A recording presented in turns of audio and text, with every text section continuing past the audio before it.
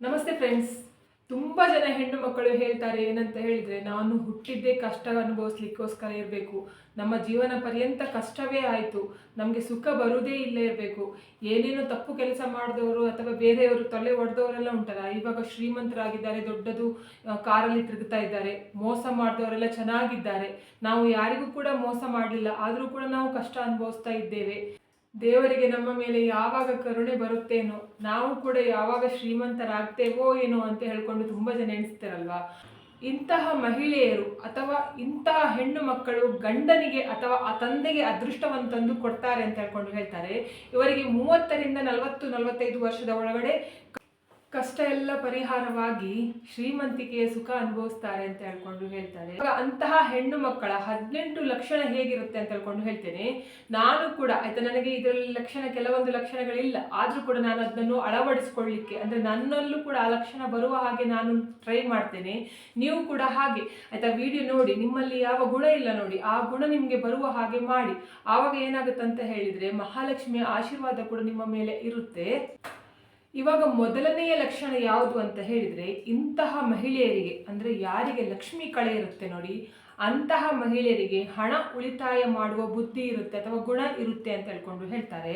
ಇವರಿಗೆ ಹಣ ಉಳಿತಾಯ ಮಾಡುವ ಬುದ್ಧಿ ಉಂಟಲ್ಲ, ಚಿಕ್ಕ ಮಗುವಿಂದನೇ ಬಂದಿರುತ್ತೆ ಅಂತ ಹೇಳ್ಕೊಂಡು ಹೇಳ್ತಾರೆ. ಅಂದರೆ ಚಿಕ್ಕ ವಯಸ್ಸಿನಿಂದನೇ ಇಂತಹ ಗುಣ ಬಂದಿರುತ್ತೆ, ಹಣ ಉಳಿತಾಯ ಮಾಡುವುದು ಅಂತ ಹೇಳ್ಕೊಂಡು. ಇಂತಹ ಗುಣ ನಿಮ್ಮಲ್ಲಿ ಇದ್ರೆ ಉಂಟಲ್ಲ, ಇದು ಲಕ್ಷ್ಮಿಯ ಮೊದಲ ಅನುಗ್ರಹ ಅಂತ ಹೇಳ್ಕೊಂಡು ಹೇಳ್ತಾರೆ. ಯಾಕಂತ ಹೇಳಿದ್ರೆ, ಎಲ್ಲ ಹೆಣ್ಣು ಮಕ್ಕಳಿಗೆ ಹಣ ಉಳಿತಾಯ ಮಾಡುವ ಬುದ್ಧಿ ಇರುವುದಿಲ್ಲ. 1 ರೂಪಾಯಿ ಸಿಕ್ಕಿದ್ರೆ ಅದನ್ನು ಹೇಗೆ ಖಾಲಿ ಮಾಡುವಂಥದ್ದು ಅಂತ ಹೇಳ್ಕೊಂಡು ಗುಣ ಇರುತ್ತೆ, ಬಿಟ್ಟರೆ ಉಳಿತಾಯ ಮಾಡುವ ಗುಣ ಇರುವುದು ತುಂಬ ಕಡಿಮೆ ಹೆಣ್ಣು ಮಕ್ಕಳಲ್ಲಿ. ಆ ಗುಣ ಒಂದು ವೇಳೆ ನಿಮ್ಮಲ್ಲಿ ಇದ್ರೆ, ನೀವು ಖಂಡಿತ ಲಕ್ಷ್ಮಿಯ ಅನುಗ್ರಹಕ್ಕೆ ಪಾತ್ರರಾಗಿದ್ದೀರಾ ಅಥವಾ ಲಕ್ಷ್ಮಿಯ ಕಳೆ ನಿಮ್ಮಲ್ಲಿ ಇದೆ ಅಂತ ಹೇಳ್ಕೊಂಡು. ಇವಾಗ 2ನೇ ಲಕ್ಷಣ ಆಯ್ತಾ, ನಿಮಗೆ ಲಕ್ಷ್ಮಿಯ ಕಳೆ ಇದ್ರೆ ನಿಮ್ಮಲ್ಲಿ ಯಾವ ಲಕ್ಷಣ ಇರುತ್ತೆ ಅಂತ ಹೇಳಿದ್ರೆ, ಇಂತಹ ಮಹಿಳೆಯರು ಅಥವಾ ಇಂತಹ ಹೆಣ್ಣು ಮಕ್ಕಳು ಬೆಳಿಗ್ಗಿನ ಜಾವ ಬೇಗನೆ ಹೇಳ್ತಾರೆ, ಬ್ರಾಹ್ಮಿ ಮುಹೂರ್ತದ ಸಮಯದಲ್ಲೇ ಹೇಳ್ತಾರೆ, ಎದ್ದು ಅವರ ಕೆಲಸವನ್ನು ಬೇಗನೆ ಮಾಡುತ್ತಾರೆ ಅಂತ ಹೇಳ್ಕೊಂಡು ಹೇಳ್ತಾರೆ. ಜೊತೆಗೆ ಮನೆಯ ಎದುರುಗಡೆ ಯಾವತ್ತೂ ರಂಗೋಲಿ ಇಡ್ತಾರೆ, ಹೊಸ್ತಿಲು ಬರುತ್ತಾರೆ, ಮತ್ತೆ ಮನೆಯ ಎಲ್ಲ ಕೆಲಸವನ್ನು ಅಚ್ಚುಕಟ್ಟಾಗಿ ಮಾಡ್ತಾರೆ ಅಂತ ಹೇಳ್ಕೊಂಡು ಹೇಳ್ತಾರೆ. ಒಂದು ವೇಳೆ ನೀವು ಕೂಡ ಬ್ರಾಹ್ಮಿ ಮುಹೂರ್ತದಲ್ಲಿ ಅಂದರೆ ಬೆಳಿಗ್ಗೆ ಬೇಗ ಹೇಳ್ತೀರಾ ಅಂತ ಹೇಳ್ಕೊಂಡು ಆಗಿದ್ರೆ, ಅಥವಾ ಬೆಳಿಗ್ಗೆ ಬೇಗ ಎದ್ದು ನೀವು ಕೆಲಸವನ್ನೆಲ್ಲ ಮಾಡ್ತಾ ಇದ್ದೀರಾ ಅಂತ ಹೇಳಿದ್ರೆ, ಖಂಡಿತ ನಿಮ್ಮಲ್ಲಿ ಕೂಡ ಲಕ್ಷ್ಮಿಯ ಕಳೆ ಇದೆ. ನೀವು ಕೂಡ 30 ವರ್ಷದ ನಂತರ ಖಂಡಿತ ನಿಮಗೆ ಶ್ರೀಮಂತಿಗೆ ಬರುತ್ತೆ ಅಂತ ಹೇಳ್ಕೊಂಡು ಹೇಳ್ತಾರೆ. ಇವಾಗ 3ನೇದು, ಲಕ್ಷ್ಮಿಯ ಕಳೆ ಇರುವ ಹೆಣ್ಣು ಮಕ್ಕಳು ಯಾವತ್ತೂ ಕೂಡ ಕಿರ್ಚಾತ ಮಾತಾಡೋದಿಲ್ಲ ಅಂತ ಹೇಳ್ಕೊಂಡು ಹೇಳ್ತಾರೆ. ಅವರ ವಾಯ್ಸ್ ಯಾವತ್ತೂ ಸಾಫ್ಟ್ ಆಗಿರುತ್ತೆ ಅಂತ ಹೇಳ್ಕೊಂಡು ಹೇಳ್ತಾರೆ. ನೋಡಿ, ನಿಮಗೆ ಯಾರ ಹತ್ರ ನೀವು ಕಿರ್ಚಾಡ್ತಾ ಇಲ್ಲ, ನಿಮ್ಮದು ಕಠೋರ ವಾಯ್ಸ್ ಅಲ್ಲ, ಅಂದರೆ ನೀವು ಜೋರಾಗಿ ಮಾತಾಡೋದಿಲ್ಲ, ತುಂಬ ಸಾಫ್ಟಾಗಿ ಮಾತಾಡ್ತೀರಾ. ನೀವು ಯಾರನ್ನು ಕೂಡ ನಿಂದಿಸುವುದಿಲ್ಲ, ಅಂದರೆ ಯಾರ ಮನಸ್ಸಿಗೂ ಕೂಡ ಬೇಜಾರಾಗದೆ ಇರುವ ಹಾಗೆ ನೋಡ್ಕೊಳ್ತೀರಾ ಅಂತ ಹೇಳ್ಕೊಂಡು ಆದರೆ ಉಂಟಲ್ಲ, ನಿಮಗೆ ಕೂಡ 100ಗೆ 100% ಲಕ್ಷ್ಮಿ ಕಳೆ ಇದೆ ಅಂತ ಹೇಳ್ಕೊಂಡು ಅರ್ಥ. ನೀವು ಕೂಡ ತುಂಬ ಸಾಫ್ಟಾಗಿ ಮಾತಾಡಿ ಬೇರೆಯವರ ಮನಸ್ಸಿಗೆ ನೋವು ಕೊಡದಿದ್ದ ಹೆಣ್ಣು ಮಕ್ಕಳಾಗಿದ್ರೆ ಉಂಟಲ್ಲ, ನಿಮಗೆ 30 ವರ್ಷದಿಂದ 45 ವರ್ಷದ ಒಳಗಡೆ 100ಗೆ 100% ಶ್ರೀಮಂತಿಗೆ ಬರುತ್ತೆ. ಇವಾಗ 4ನೇ ಲಕ್ಷಣ ಯಾವುದು ಅಂತ ಹೇಳಿದರೆ, ಇವರು ಲಕ್ಷ್ಮಿ ಕಳೆಯ ಇರುವ ಹೆಣ್ಣು ಮಕ್ಕಳು ಯಾವತ್ತೂ ಕೂಡ ಅಡುಗೆ ಕೋಣೆಯನ್ನು ತುಂಬ ಕ್ಲೀನಾಗಿ ಇಟ್ಕೊಂಡಿರ್ತಾರೆ ಅಥವಾ ಮನೆಯನ್ನು ತುಂಬ ಕ್ಲೀನಾಗಿ ಇಟ್ಕೊಂಡಿರ್ತಾರೆ, ಪೂಜಾ ಮಂದಿರವನ್ನು ತುಂಬ ಕ್ಲೀನಾಗಿ ಇಟ್ಕೊಂಡಿರ್ತಾರೆ ಅಂತ ಹೇಳ್ಕೊಂಡು ಹೇಳ್ತಾರೆ. ಈ ಗುಣ ಒಂದು ವೇಳೆ ನಿಮ್ಮಲ್ಲಿ ಇದ್ದರೆ, ಅಂದರೆ ನೀವು ಮನೆಯನ್ನು ಚಂದ ಮಾಡಿಟ್ಕೊಳ್ತೀರಾ, ಅಡುಗೆ ಮನೆಯನ್ನಂತೂ ಇನ್ನೂ ಚಂದ ಮಾಡಿಟ್ಕೊಳ್ತೀರಾ, ದೇವರ ಪೂಜೆಯನ್ನು ಕೂಡ ಕ್ರಮಬದ್ಧವಾಗಿ ಮಾಡ್ತೀರಾ ಅಥವಾ ಚಂದ ಮಾಡಿ ದೇವರ ಕೋಣೆಯನ್ನು ಇಟ್ಕೊಂಡಿದ್ದೀರಾ, ನಿಮ್ಮ ಮನೆಯಲ್ಲಿ ಯಾವುದು ಕೂಡ ಧೂಳೆಲ್ಲ ಸೇರ್ಕೊಳ್ದೇ ಇರುವ ಹಾಗೆ ನೋಡ್ಕೊಳ್ತೀರಾ ಅಂತ ಹೇಳ್ಕೊಂಡು ಆದರೆ ಉಂಟಲ್ಲ, ನಿಮಗೆ ಕೂಡ ಮಹಾಲಕ್ಷ್ಮಿ ಕಳೆ ಇದೆ ಅಂತ ಹೇಳ್ಕೊಂಡು ಅರ್ಥ. ಯಾಕಂತ ಹೇಳಿದರೆ, ಯಾವ ಜಾಗದಲ್ಲಿ ಧೂಳು ಇರುತ್ತೆ ನೋಡಿ, ಅಂತಹ ಜಾಗದಲ್ಲಿ ಮಹಾಲಕ್ಷ್ಮಿ ಬಂದು ನೆಲೆಸಲಿಕ್ಕೆ ಇಷ್ಟಪಡೋದಿಲ್ಲ ಅಂತ ಹೇಳ್ಕೊಂಡು. ಇವಾಗ ನಿಮಗೆ ಕಷ್ಟ ಇರಬಹುದು, ಅಂದರೆ ಹೇಳಲಿಕ್ಕೆ, ಅಂದರೆ ನೀವೆಲ್ಲ ಮನೆ ಕ್ಲೀನಾಗಿ ಇಟ್ಕೊಂಡಿದ್ದೀರಾ ಆದರೂ ಕೂಡ ಕಷ್ಟ ಉಂಟು ಅಂತ ಹೇಳ್ಕೊಂಡಿರ್ಬೋದು. ಆದರೆ ಮುಂದೆ ಆಯ್ತಾ, ನೀವು ಈ ಗುಣವೇ ಉಂಟಲ್ಲ ನಿಮಗೆ ಶ್ರೀಮಂತಿಕೆಯನ್ನು ತಂದು ಕೊಡುತ್ತೆ ಅಂತ ಹೇಳ್ಕೊಂಡು ಹೇಳ್ತಾರೆ. ಇವಾಗ 5ನೇ ಲಕ್ಷಣ ಇವರದು ಹೇಗಿರುತ್ತೆ ಅಂತ ಹೇಳಿದರೆ, ಇವರು ಉಂಟಲ್ಲ ಆಹಾರಕ್ಕೆ ತುಂಬ ಮರ್ಯಾದೆ ಕೊಡ್ತಾರೆ, ಅನ್ನಪೂರ್ಣೇಶ್ವರಿಯ ಭಾವವನ್ನು ಹೊಂದಿರ್ತಾರೆ ಅಂತ ಹೇಳ್ಕೊಂಡು ಹೇಳ್ತಾರೆ. ವ್ಯರ್ಥವಾಗಿ ಎಲ್ಲಿ ಕೂಡ ಆಹಾರವನ್ನು ವೇಸ್ಟ್ ಮಾಡೋದಿಲ್ಲ. ಮತ್ತು ಯಾರಾದರೂ ಹಸಿದು ಉಂಟಲ್ಲ ಬಂದರೆ ಅವರ ಮನೆಗಾಗಲಿ ಅಥವಾ ಬೇರೆ ಎಲ್ಲಾದರೂ ಯಾರಾದರೂ ಹಸಿದವರನ್ನು ಕಂಡ್ರೆ ಉಂಟಲ್ಲ, ಅವರಿಗೆ ಆಗುದಿಲ್ಲ, ಹೊಟ್ಟೆಯಲ್ಲಿ ಚುರುಚುರು ಅನ್ನುತ್ತೆ ಆಯ್ತಾ. ಅವರ ಕೈಯಲ್ಲಿ ಇದ್ದಷ್ಟಾದರೂ ಅವರು ಕೊಟ್ಟು ಅವರ ಹಸಿವನ್ನು ನೀಗಿಸ್ತಾರೆ ಅಂತ ಹೇಳ್ತಾರೆ. ಈ ರೀತಿಯ ಗುಣ ನಿಮ್ಮಲ್ಲಿ ಇದ್ರೂ ಕೂಡ, ಅಂದರೆ ನಿಮ್ಮಲ್ಲಿ ಇಲ್ಲ ಅಂತ ಹೇಳಿದ್ರು ಕೂಡ ಬೇರೆಯವರು ಹಸಿದಿರುವುದನ್ನು ನಿಮಗೆ ನೋಡ್ಲಿಕ್ಕೆ ಆಗುದಿಲ್ಲ ಅಂತ ಹೇಳ್ಕೊಂಡು ಆದರೂ ಕೂಡ ನಿಮ್ಮಲ್ಲಿ ಕೂಡ ಮಹಾಲಕ್ಷ್ಮಿ ಗುಣ ಉಂಟು. ನೀವು ಕೂಡ ಯಾವತ್ತೂ ಕೂಡ ಅನ್ನವನ್ನು ಹಾಳು ಮಾಡುವುದಿಲ್ಲ, ವೇಸ್ಟ್ ಮಾಡುವುದಿಲ್ಲ ಅಂತ ಹೇಳ್ಕೊಂಡು ಆದರೂ ಕೂಡ ನಿಮಗೆ ಕೂಡ ಮುಂದೆ ಒಳ್ಳೆಯದಾಗುವ ಸೂಚನೆ ಆಗಿರುತ್ತೆ. ಆದ್ರಿಂದ ನೀವು ಸ್ವಲ್ಪ ಸಮಯ ತನಕ ಕಾಯಬೇಕು ಆಯ್ತಾ. ನಮಗೆ ಇವಾಗ ಕಷ್ಟ ಅಂತ ಹೇಳ್ಕೊಂಡು ಹೇಳೋದಲ್ಲ, ನಮ್ಮ ಕಷ್ಟ ಕೂಡ ಪರಿಹಾರ ಆಗಲಿಕ್ಕೆ ಕೂಡ ಸ್ವಲ್ಪ ಟೈಮ್ ತಗೊಳ್ಬೇಕಲ್ವಾ. ಆದ್ರಿಂದ ಅದಕ್ಕೆ ಕಾಯಿರಿ.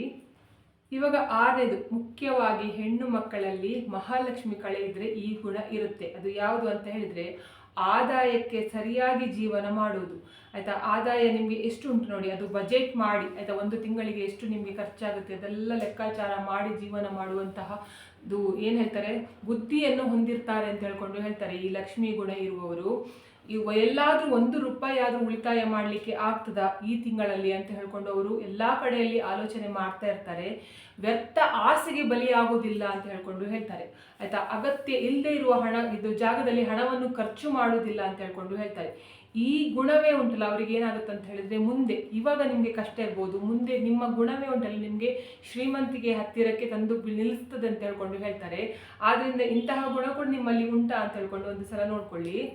ಇವಾಗ 7ನೇದು ಏನಂತ ಹೇಳಿದ್ರೆ ಮಹಾಲಕ್ಷ್ಮಿ ಕಳೆ ಇರುವ ಹೆಣ್ಣು ಮಕ್ಕಳಿಗೆ ಉಂಟಲ್ಲ ದಾನ ಧರ್ಮ ಮಾಡುವ ಬುದ್ಧಿ ಸ್ವಲ್ಪ ಜಾಸ್ತಿ ಇರುತ್ತೆ ಅಂತ ಹೇಳ್ತಾರೆ. ದಾನ ಧರ್ಮ ಅಂತ ಹೇಳಿದ್ರೆ ಹಣವೇ ದಾನ ಮಾಡ್ಬೇಕಂತ ಇಲ್ಲ. ಯಾವುದಾದರೂ ವಸ್ತು, ಯಾರಾದರೂ ಬಡವರನ್ನು ನೋಡಿದ್ರೆ ಅವರಿಗೆ ಒಂದು ಬಟ್ಟೆ ಕೊಡುವ ಅಥವಾ ಅವರಿಗೆ ಒಂದು ಊಟ ಕೊಡುವ, ಒಂದು ಮಕ್ಕಳಿಗೆ ಹಸಿದಿದ್ರೆ ಹಾಲು ಕೊಡುವ, ಆ ಥರದ್ದೆಲ್ಲ ಗುಣ ಇರುತ್ತೆ. ಅವರು ಇದಕ್ಕೋಸ್ಕರನೇ ಉಂಟಲ್ಲ ಒಂದು ತಿಂಗಳಲ್ಲಿ 1% ಆದರೂ ಹಣವನ್ನು ತೆಗೆದಿಡ್ತಾರೆ ಅಂತ ಹೇಳ್ತಾರೆ. ಈ ರೀತಿಯ ಗುಣ ಆದರೂ ನಿಮ್ಮಲ್ಲಿ ಉಂಟಾ ಅಂತ ಹೇಳ್ಕೊಂಡು ನೋಡಿ. ನಿಮಗೆ ಯಾರಿಗಾದ್ರೂ ಕೊಡಬೇಕು ಅಂತ ಹೇಳ್ಕೊಂಡು ಹೇಳ್ತಾರೆ. ಅಂದರೆ ಹೊಟ್ಟೆ ತುಂಬಿದವರಿಗೆ, ಶ್ರೀಮಂತರಿಗೆ ಕೊಡುವುದಲ್ಲ, ಹೊಟ್ಟೆ ತುಂಬಿದವರಿಗೆ ನೀವು ಕೊಟ್ಟರೆ ಉಂಟಲ್ಲ ಅವ್ರು ತಗೊಳ್ತಾರೆ, ಆಮೇಲೆ ತೆಗೆದು ಅವರು ಎಸ್ತಾರೆ, ಇಲ್ದಿದ್ರೆ ಅವರೇ ಬೇರೆಯವರಿಗೆ ಯಾರಿಗಾದರೂ ಕೊಡ್ತಾರೆ. ಅದರ ಬದಲು ಬಡವರಿಗೆ ನಿಮಗೆ ಕೊಡುವ ಗುಣ ಉಂಟಾ ಅಂತ ಹೇಳ್ಕೊಂಡು ನೋಡ್ಕೊಳ್ಳಿ. ಇವಾಗ 8ನೇದು ಯಾವ ಗುಣ ಇರುತ್ತೆ ಅಂತ ಹೇಳಿದ್ರೆ ಇಂತಹ ಲಕ್ಷ್ಮೀ ಕಳೆಯ ಇರುವ ಹೆಣ್ಣು ಮಕ್ಕಳಲ್ಲಿ ತಾಳ್ಮೆ ಮತ್ತೆ ಸಮಾಧಾನದ ಗುಣ ಇರುತ್ತೆ ಅಂತ ಹೇಳ್ತಾರೆ. ಎಷ್ಟು ಕಷ್ಟ ಬಂದರೂ ಕೂಡ ಹೆದರುವುದಿಲ್ಲ, ಅದನ್ನು ತಾಳ್ಮೆಯಿಂದ ಆ ಕಷ್ಟವನ್ನು ಪರಿಹಾರ ಮಾಡುವುದು ಹೇಗೆ ಅಂತ ಹೇಳ್ಕೊಂಡು ಆಲೋಚನೆ ಮಾಡ್ತಾ ಇರ್ತಾರೆ. ಮತ್ತೆ ಅರ್ಜೆಂಟ್ ಆಗಿ ಏನಾದರೂ ತೀರ್ಮಾನ ತಗೊಳ್ಬೇಕಾದ್ರೆ ಸರಿಯಾಗಿ ಆಲೋಚನೆ ಮಾಡದೆ ತೀರ್ಮಾನ ತಗೊಳ್ಳೋದಿಲ್ಲ. ಅವರು ತುಂಬಾ ಸಮಾಧಾನದಿಂದ ತೀರ್ಮಾನ ತಗೊಳ್ತಾರೆ ಅಂತ ಹೇಳ್ತಾರೆ. ಜೊತೆಗೆ ಎಷ್ಟೇ ಕೆಳಗೆ ಬಿದ್ದಿರುವ ಅವರ ಸಂಸಾರವನ್ನು ಕೂಡ ಎತ್ತುವ ಶಕ್ತಿಯನ್ನು ಕೂಡ ಈ ಮಹಿಳೆಯರು ಹೊಂದಿರ್ತಾರೆ ಅಂತ ಹೇಳ್ತಾರೆ. ಈ ಲಕ್ಷಣ ನಿಮ್ಮಲ್ಲಿ ಇದೆಯಾ ಅಥವಾ ನಿಮ್ಮ ಮನೆಯಲ್ಲಿ ಯಾರಿಗಾದ್ರೂ ಇದೆಯಾ ಅಂತ ಹೇಳ್ಕೊಂಡು ತಿಳ್ಕೊಳ್ಳಿ. 9ನೇದು, ಮಹಾಲಕ್ಷ್ಮಿ ಗುಣ ಇರುವ ಹೆಣ್ಣು ಮಕ್ಕಳು ಉಂಟಲ್ಲ ಪ್ರತಿದಿನ ದೇವರ ಪೂಜೆ ಮಾಡ್ತಾರೆ, ದೇವರಿಗೆ ದೀಪ ಹಚ್ತಾರೆ ಅಂತ ಹೇಳ್ತಾರೆ. ದೀಪ ಉಂಟಲ್ಲ ಕತ್ತಲಿಂದ ಹೊರಗೆ ಬರುವ ಸಂಕೇತ. ಆದ್ರಿಂದ ಯಾರ ಮನೆಯಲ್ಲಿ ದೇವರ ಪೂಜೆ ಪ್ರತಿದಿನ ನಡೆಯುತ್ತೆ ಅಥವಾ ದೇವರ ಮುಂದೆ ದೀಪವನ್ನು ಯಾರು ಬೆಳಗ್ತಾರೆ ನೋಡಿ, ಅಂಥವರಿಗೆ ಕೂಡ ಕಷ್ಟ ಯಾವತ್ತೂ ಕೂಡ ಇರುವುದಿಲ್ಲ ಆಯ್ತಾ. ನೀವು ಇವಾಗ ಕಷ್ಟ ಇರಬಹುದು, ಮುಂದೆ ನಿಮಗೆ ಕೆಲವರಿಗೆ ಏನಾಗುತ್ತೆ ಅಂತ ಹೇಳಿದ್ರೆ ಗಂಡನಿಂದ ಸುಖ ಬರುತ್ತೆ, ಕೆಲವರಿಗೆ ಮಕ್ಕಳಿಂದ ಸುಖ ಬರುತ್ತೆ, ಕೆಲವರಿಗೆ ತಂದೆಯಿಂದ ಸುಖ ಬರುತ್ತೆ. ಇವಾಗ ನಿಮಗೆ ಗಂಡನಿಂದ ಸುಖ ಇಲ್ಲದೆ ಇರಬಹುದು ಆಯ್ತಾ, ಕಷ್ಟ ಅನುಭವಿಸ್ತಾ ಇರ್ಬೋದು, ಕಣ್ಣೀರು ಹಾಕ್ತಾ ಇರ್ಬೋದು, ನೋವಲ್ಲಿ ಇರಬಹುದು. ಆದರೆ ನಿಮ್ಮ ಮಕ್ಕಳಿಂದ ನಿಮಗೆ 100ಗೆ 100% ಸುಖ ಬರುತ್ತೆ. ಆ ನೋವನ್ನೆಲ್ಲ ನೀಗಿಸ್ತಾರೆ ಮಕ್ಕಳು ಆಯ್ತಾ. ಆದ್ರಿಂದ ನೀವು ಕಷ್ಟ ಅಂತ ಹೇಳ್ಕೊಂಡು ಹೇಳ್ಬೇಡಿ. ನಿಮ್ಮ ಮಕ್ಕಳೇ ನಿಮ್ಮನ್ನು ನೋಡಿ ಮಹಾಲಕ್ಷ್ಮಿಯ ಜಾಗದಲ್ಲಿ ತಗೊಂಡು ಹೋಗಿ ಕೂರಿಸ್ತಾರೆ. ಆದ್ರಿಂದ ಇದು ವಿಷಯದಲ್ಲಿ ಒಂದು ಧೈರ್ಯವಾಗಿರ್ಬೇಕು ನೀವು. ಇವಾಗ 10ನೇದು ಏನಂತ ಹೇಳಿದ್ರೆ ಇಂತಹ ಮಹಿಳೆಯರಲ್ಲಿ ಯಾವುದಾದ್ರೂ ಒಂದು ಟ್ಯಾಲೆಂಟ್ ಇರುತ್ತೆ ಅಂತ ಹೇಳ್ತಾರೆ. ಯಾವುದಾದ್ರೂ ವಿಷಯದಲ್ಲಿ ಟ್ಯಾಲೆಂಟ್ ಇರುತ್ತೆ.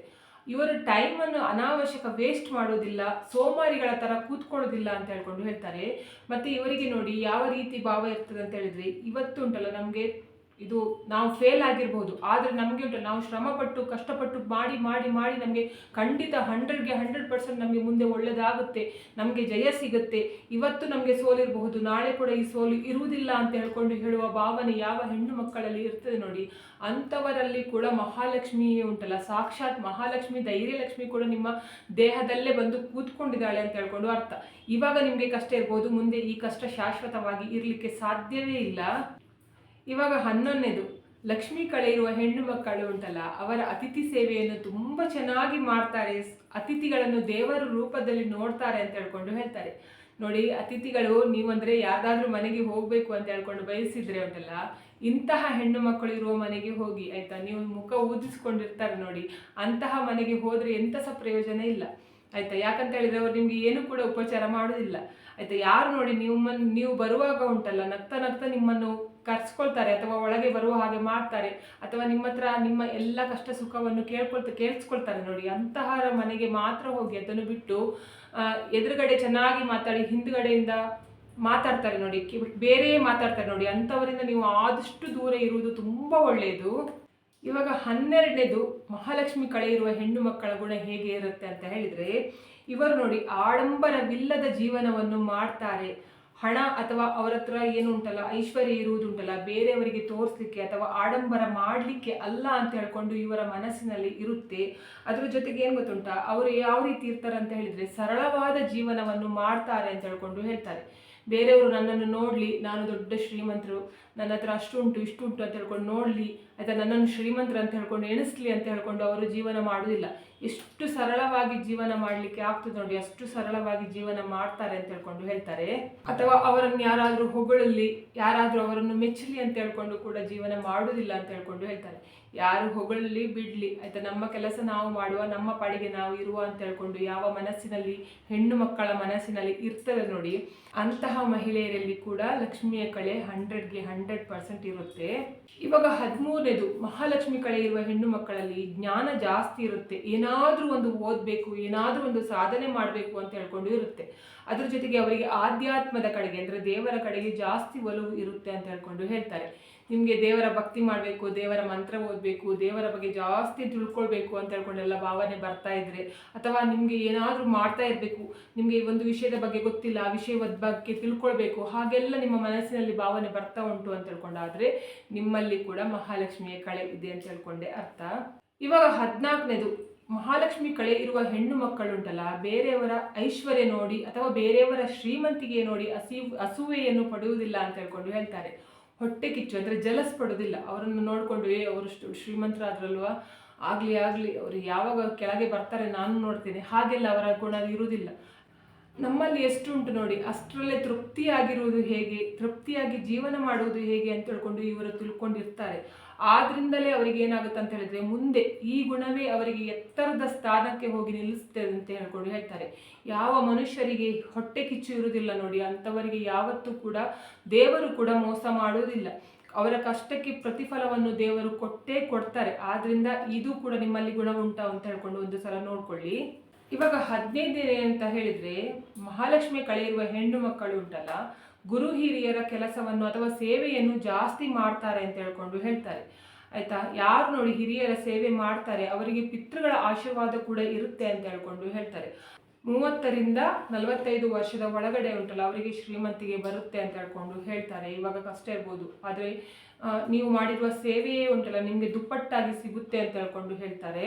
ಇವಾಗ 16ನೇದು ಇವರ ಗುಣ ಯಾವುದು ಅಂತ ಹೇಳಿದ್ರೆ, ಇವರು ಟೈಮ್ ವೇಸ್ಟ್ ಮಾಡೋದಿಲ್ಲ. ಕರೆಕ್ಟಾಗಿ ಟೈಮಿಗೆ ಏನೆಲ್ಲ ಕೆಲಸ ಮಾಡಬೇಕು ನೋಡಿ ಅದೆಲ್ಲ ಕೆಲಸವನ್ನು ಮಾಡಿ ಮುಗಿಸ್ತಾರೆ.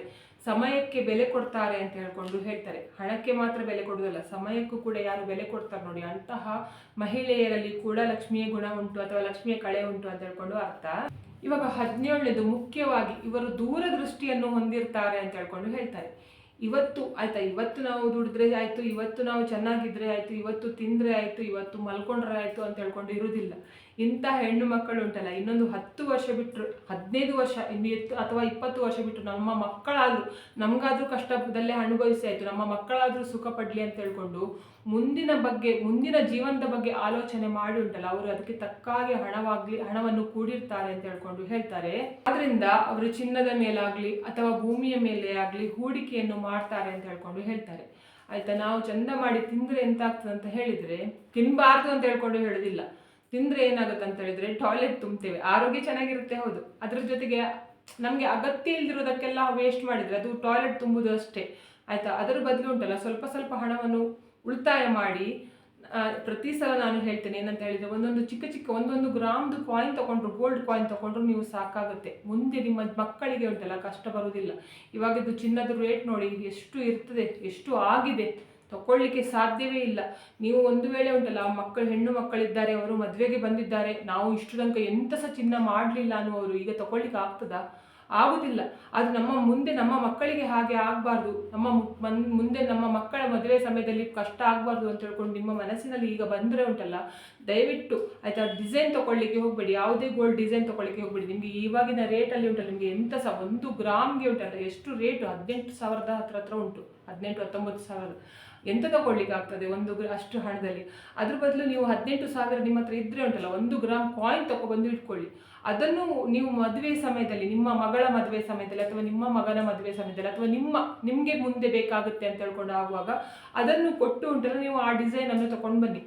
ಇವಾಗ ನೋಡಿ, ನೀವು ತೆಗೆದು ಇಟ್ಕೊಂಡ್ರೆ ಏನಾಗುತ್ತೆ ಅಂತ ಹೇಳಿದ್ರೆ ಮುಂದೆ ಕಷ್ಟ ಆಗೋದಿಲ್ಲ. ಇಲ್ಲ ಅಂತ ಹೇಳಿದ್ರೆ ಹೆಣ್ಣು ಮಕ್ಕಳಿಗೆ ಏನು ಇಲ್ಲದೆ ಸುಮ್ಮನೆ ಹೀಗೆ ಮದುವೆ ಮಾಡಿಕೊಡ್ಬೇಕಾಗುತ್ತೆ ಬೋಳಾಗಿ. ಅದು ನಿಮಗೆ ಕೂಡ ಮರ್ಯಾದೆ ಸಿಗುವುದಿಲ್ಲ, ಆ ಹೆಣ್ಣು ಮಗುವಿಗೂ ಕೂಡ ಮರ್ಯಾದೆ ಸಿಗುವುದಿಲ್ಲ. ಆದ್ರಿಂದ ಇದೊಂದು ಚೂರು ಆಲೋಚನೆ ಮಾಡಿ. ಇವಾಗ 18ನೇದು ಗುಣ ಯಾವುದು ಅಂತ ಹೇಳಿದ್ರೆ, ಇವರು ನೋಡಿ ಎಂತಹ ಆರ್ಥಿಕ ಸಂಕಷ್ಟ ಬಂದರೂ ಕೂಡ ಉಂಟಲ್ಲ, ಧೈರ್ಯವಾಗಿ ಇರ್ತಾರೆ.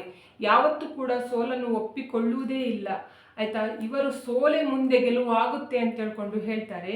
ಮತ್ತೆ ಇವರು ಏನ್ ಮಾಡ್ತಾರೆ ಅಂತ ಹೇಳಿದ್ರೆ, ಅಸಾಧ್ಯವಾಗದನ್ನು ಕೂಡ ಸಾಧ್ಯ ಮಾಡುವ ಹಾಗೆ ಶಕ್ತಿಯನ್ನು ಹೊಂದಿರ್ತಾರೆ.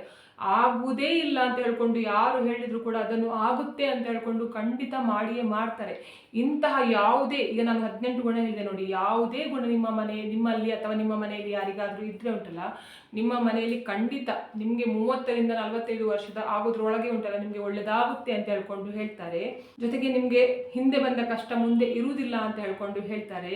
ಆದ್ರಿಂದ ಈ ಗುಣ ನಿಮ್ಮಲ್ಲಿ ಇದ್ರೆ ಉಂಟಲ್ಲ ತುಂಬಾ ಒಳ್ಳೇದು. ಒಂದು ವೇಳೆ ಈ ಗುಣ ಇಲ್ಲ ಅಂತ ಹೇಳ್ಕೊಂಡು ಆದ್ರೆ ಉಂಟಲ್ಲ, ನಿಮ್ಮಲ್ಲಿ ಅಳವಡಿಕೆ ಮಾಡ್ಕೊಳ್ಳಿಕ್ಕೆ ಸ್ಟಾರ್ಟ್ ಮಾಡ್ಕೊಳ್ಳಿ, ಅಂದ್ರೆ ನೀವು ಅದನ್ನು ಅಳವಡಿಸ್ಕೊಳ್ಳಿ. ಹೀಗೆ ಮಾಡಿದ್ರೆ ಏನಾಗುತ್ತೆ ಅಂತ ಹೇಳಿದ್ರೆ ನಾವು ಕೂಡ ಮುಂದೆ ಬರುವ ಹಾಗೆ ಆಗುತ್ತೆ. ಇವತ್ತಿನ ವಿಡಿಯೋ ನಿಮಗೆ ಇಷ್ಟ ಆದರೆ ಪ್ಲೀಸ್ ವಿಡಿಯೋಗೆ ಲೈಕ್ ಮಾಡಿ, ಆದಷ್ಟು ಜನರಿಗೆ ವಿಡಿಯೋನ ಶೇರ್ ಮಾಡಿ, ಕಮೆಂಟ್ ಮಾಡಿ, ನನ್ನ ಚಾನಲ್ಗೆ ಸಬ್ಸ್ಕ್ರೈಬ್ ಆಗಿ. ನನ್ನ ಚಾನಲ್ಗೆ ಸಬ್ಸ್ಕ್ರೈಬ್ ಆದರೆ ನನಗೊಂದು ಸಪೋರ್ಟ್ ಸಿಕ್ಕಿದ ಹಾಗೆ ಆಗ್ತದೆ. ಮತ್ತು ನಾನು ಹೀಗೆ ಒಳ್ಳೆ ವಿಡಿಯೋನ ನಿಮ್ಮ ಜೊತೆಗೆ ಶೇರ್ ಮಾಡ್ತೀನಿ. ಇವತ್ತಿನ ವಿಡಿಯೋ ಯಾರೆಲ್ಲ ನೋಡಿದ್ರೆ ಅಥವಾ ನೋಡಲಿಲ್ಲ ಎಲ್ಲರಿಗೂ ಕೂಡ ಒಳ್ಳೆಯದಾಗಲಿ ಅಂತ ನಾನು ಕೂಡ ದೇವರಲ್ಲಿ ಬೇಡ್ಕೊತಿದ್ದೇನೆ. ಎಲ್ಲರಿಗೂ ಒಳ್ಳೆಯದಾಗಲಿ.